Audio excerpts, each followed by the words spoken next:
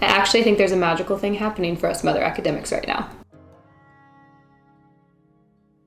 Well, hello and welcome back to another video for our Mother Academia series. I will link above if you were like, what is happening? Who are these mom academics?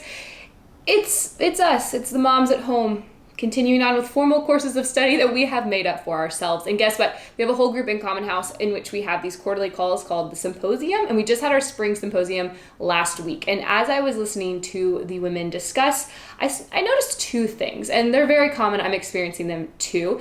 One is this deep humility that is coming about many, both moms and non-moms, because I have non-moms in Common House as well, those who are just interested in these beautiful ideas and classically educating themselves, basically.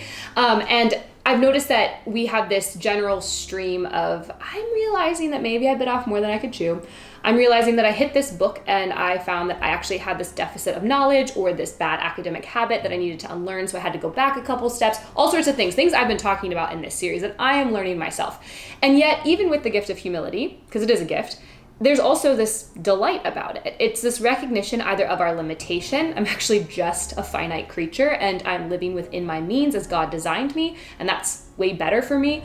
Or this limitation of, I have a lot going on in my life. I need to be present for my children in this way. I didn't anticipate that over the summer. And so now my reading life has kind of taken a shift on how much I'm able to do, but it's actually been really good for me. All of these sort of things where it's like, I'm eating humble pie, but guess what? It's good for me. Who knew, right? Humility, always good for you.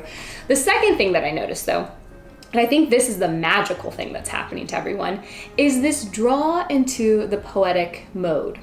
And there are different types of knowledge the ancients would argue for, but one of them is poetic knowledge. And I want to talk about it today because I think it actually is the key to what I'm loving so much about Dante. Yeah, I'm going to talk about Dante again. It's also one of those things that is this high idea. It sounds very philosophical, very much like something an educator would want to talk about, but it's changing my very mundane, ordinary way of moving in my home with my children. And that is actually what should be happening as we learn. As we learn, we should move in God's world differently. We should be more aware of certain things. And so that's what we're going to talk about today. I don't even know if we'll get into the notion because I forgot that late spring, early summer, I start thinking about school, like all homeschool moms.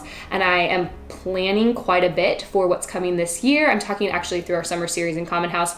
I'm taking everyone along with me. It's been really fun. And, but doing that means that my reading life pauses for myself personally, and I start prepping for my kids and also getting back more into educational philosophy type reads that are not on my list. And also I just am rereading Little Men for fun. It's not on my list, but I love this book. It's my friend. And that's part of our conversation in Mother Academia. What do you do when your soul needs a book? Do you pause and read it? I say yes. So anyways, we're not really going to update the notion because honestly, there's not too much to update. Part of my humility lesson is that I couldn't go to graduate school. You know, in the back of my head, I always think I could go if I really wanted to. I can make it work. I seem to forget that I mother full time, 40 hours a week. That's funny. Did all of you just snort? I mother 24 hours a day, 7 days a week was what I meant to say. And on top of that, I am a home educator. So I have this very much a vocation that I spend a lot of time in. And if you're a classical educator, then you know education is in every part of life. So it's actually not just a couple hours of formal education. And then I have this common thing I'm kind of doing sometimes. And then I thought I could do graduate school pacing. I can't. I've learned my lesson. I'll probably stop secretly working on applications in the middle of the night now. Okay, so let's get into poetic knowledge. Like, what is it? Poetic knowledge is a receptive way of knowing. It's non-analytical, non-cognitive. It's very sensory, emotional, experiential, in which you rightly respond to what is either like awful, like awe, awful, beautiful, incredible, or terrifying. Those realities exist in both ways. And it's a right response to that. There's something non-analytical, something that is integrated between your intellect, your emotion, and your senses that is deeply transformative. It is that thing you can't really explain. And it's also how children must first be taught. It's really actually how all must first be taught. So I'm not dissing on analytic. I'm not saying you don't need analytic knowledge. You do. It just comes later. And so whether you are 7 or 37, because many moms who are engaging in Mother Academia, who are engaging in classical education, find they are re-educating themselves. You can't get to analytic until you've had this poetic knowledge. And during the stage in which we are trying to protect this receptive mode of learning, we are putting into our children beautiful, good, true things. We want them to inhabit them fully. Again, in their senses, in their emotions, and in their intellect. We want them completely immersed in a way that they are almost reflecting inside out. They're inside the thing, and they are reflecting out what it is they're experiencing inside the thing. Analytic would be you are externally looking at something and breaking it down, explaining it from the outside. And we don't want to pull our children to the outside. We do not, this is very different than modern education and even a lot of other educational philosophies besides just like modern public education. We do not want to put the burden on a young child, or again, the 37-year-old who's just new to this, of saying, what do you think? We don't want to pull them out to start externally articulating what they see until they've had so many years of inhabiting the good thing, that the inner contours of their mind, of their loves, of their appetites have been shaped towards what is beautiful, what is noble, what is lovely, right, true, all of these things. And then we start to ask them to move into an analytic mode of knowing. But we don't do that at the beginning. So what I'm seeing with the mother academics and what I'm hearing in the conversation in the symposium and different threads that I'm kind of keeping an eye on in Common House is they are being pulled into a poetic mode. Many of us start researching homeschooling and things like education because we are trying to learn from an analytic mode, which is what most of us have come out of our school primarily doing. We are trying to attack education from the outside so we can teach our kids, right? Like we want to be prepared. And how do we know learning happens? Well, we read a book and we get what we need from it and we start applying it and we can articulate it back and different things like that, right? We look at it from the outside. But once you get beyond the books about how you educate and you just start reading the things that educate, you start reading through maybe the 1,000 Good Books list from Dante. You start reading through the Great Books list. You start reading all the classics you've heard about or you spark noted in high school if you were me, and all these different things. You switch from this external mode to this internal mode where you're inhabiting the good thing. You're not reading something like, what is this poem about? You're memorizing the poem. You're reading it every day. You're feeling the meter and the measure of the poem in your body because you're embodying it as you say it and it's coming to mind when you're out in nature with your kids. You're switching into this different way of experiencing and moving in God's world. And I love the poetic mode. I think it's a treasure trove of time. I want to fully protect it for my children as long as I can. And this will actually work into a coming video I'm going to have with a friend of mine. You guys know her. She's been featured quite a bit through my work because we are classical besties. And we're going to be talking a lot about this because of a project she's working on. So I have more coming. If you're like, this is interesting, can you say more? Yes, I can in a bit. But also for those of you who are in Common House or those of you interested in Common House, as I'm working through my summer series, I'm pulling together my own curriculum. And by curriculum, I mean I'm pulling together my own resources. Because I want to protect this mode of poetic knowledge and I want to keep this receptive state for my children as long as possible. And so I'm really jazzed about this and I'm talking about it in Common House right now in a series as well, more practically. So how do you plan this?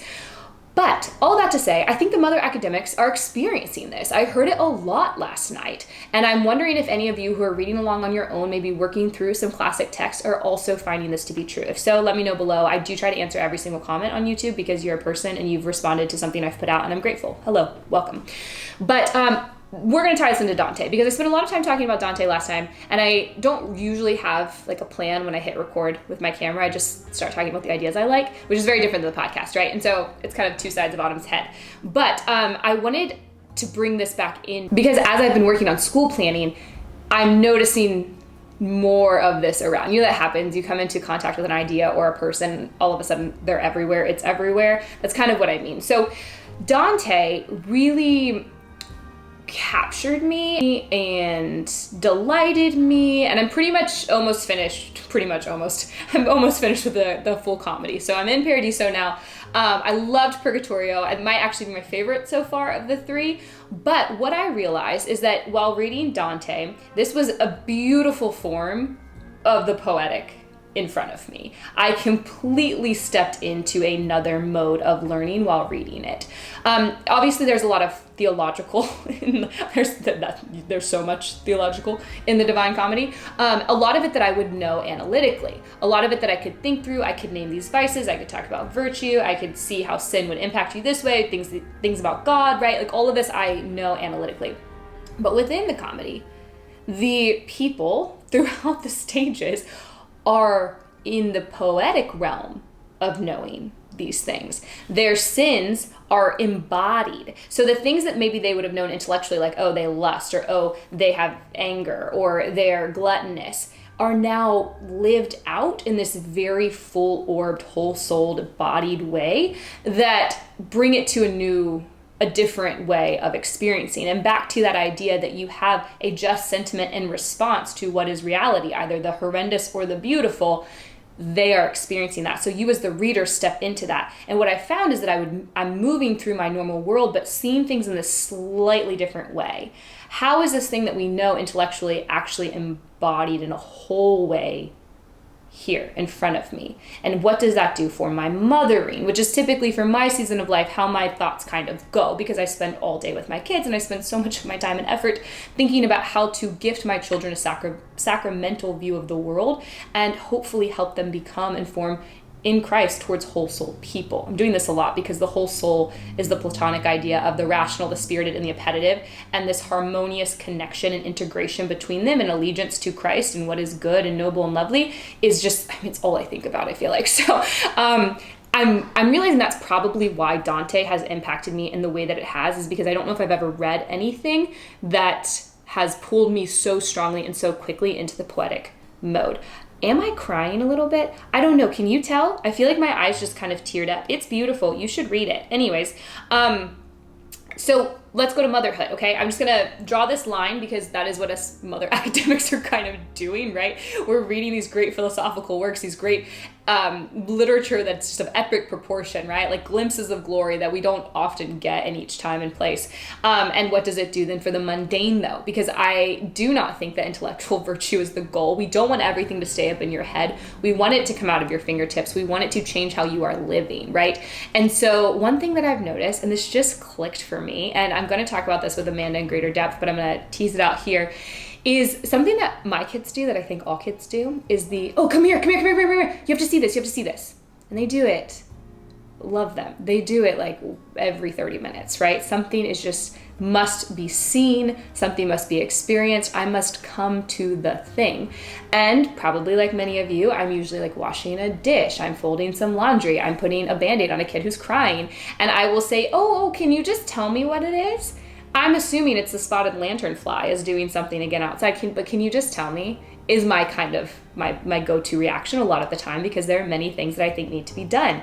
And so this is a great example, I think, of when I'm at the formal school table, poetic mode, keep it, protect it, make sure they're not being pulled out of it. But in ordinary life, am I also doing the same thing? Because I think this is a jarring way that we moms unintentionally pull our children out of the poetic mode and try to force them into the analytic mode or just something otherly.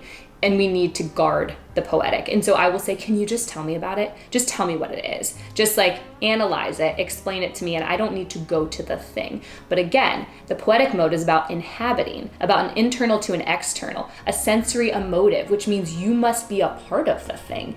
And if you're like, you can't be a part of everything, you can. If you're a Charlotte Mason educator, you know we pick narrative living books because they draw a child in. And through these stories, because the way children understand is poetic, it's not analytic. They're not sitting there looking for a plot summary and a character list and what happened in each chapter and what was the objective they were supposed to get in each one. No, they are the character. They feel the burden. They feel the glory. They feel the courage. They're so upset by things. They're so drawn in. They want to be like this person. It's very much all of them in the story. Like Lewis says, they see with a myriad of eyes. They are themselves, and yet they are many others at the same time. That's how they inhabit. So it could be they're rolling down the hill in the grass with the sun flickering through the trees and they're feeling real things. Or they're lost in the story of adventure, of mishap, of mayhem, of glory, of goodness, of triumph. And that is just as impactful. And that's why we read the way we read and why we ask for narrations and we don't ask for analysis and discussion in the early years. It's not appropriate to the mode of learning. So back to, are the spotted lanternflies in my backyard doing something cool? I will ask them to just tell me. My kids refuse. They absolutely refuse to just tell me. They will stand there and say, come, come, come. Come be in the thing. Come feel it. Come see it. Come smell it. Come watch it. Come attend. These are all the things we try to cultivate at the school table. And yet how often in motherhood, and I'm not saying this to burden you that like you're a bad mom because you ask your kids just to tell you because you can't leave the stove at the moment. Of course that happens. But be mindful. Are you pulling them out of this poetic mode? Or can you protect it? Because the child is right in this. Come and be in touch with the real thing. And that will grow the just sentiment. And that goes back to the Abolition of Man, which come read it with me in Common House this summer, fall, starting in July next month. We'd love to have you read because this is basically what the book is about, objectivity and just response and sentiments to it. But go, inhabit. The child is doing the right thing. They're inviting you into the poetic. And between reading Dante, between talking to the mother academics, and then having just children in the house who operate in this way, I don't want to say operate, that makes them sound like a machine, and they're not, that move in this way, that live in this way, it's amazing. It's amazing. And it must be protected for the young kids. It must be cultivated for the elderly among us. And then we must all fight to keep it in its right place. So that's just a bit about the Poetic. I'm going to be talking about this more probably. I know definitely in Common House, but probably here again because it's kind of just taking over my school planning. This is the thing I'm trying to guard almost more than anything else for my kids. And it's seeping into the ordinary, the commonplaces as it does. So thanks so much for being here. We'll check with the notion next time. But yeah, I am reading Little Men again because who doesn't need Louisa May Alcott as like almost devotional every day? So we'll update the notion. We'll get on track as it were. I'm definitely off in school land right now planning for the year. And here's a hot tip for that. When I make plans for the year, as we all do in January, and we're aiming for the moon if you're like me, I like to list them and then write exactly when in the year I'm going to get to them. And it helps me keep in mind that like, okay, May to July, I'm really heavily focused on school. I'm probably not gonna have a lot of personal reading time and that's okay. So I'm not gonna circle that I'm going to read through like half of my summer work for Mother Academia during the summer because it's not going to happen. So there's a fun tip, a good way to plan. But otherwise, just know I'm reading Little Men. I'm reading a lot of school books, and I'm finishing up Paradiso. That's where I'm at. So if you, like many of our Mother academics, feel like you can't check things off, great. Not the point. That's not the point to check it off. The point is to inhabit the book, to enter, to be changed, to receive. And there you go. That's my thing for Mother Academia this time. I'll see you next time.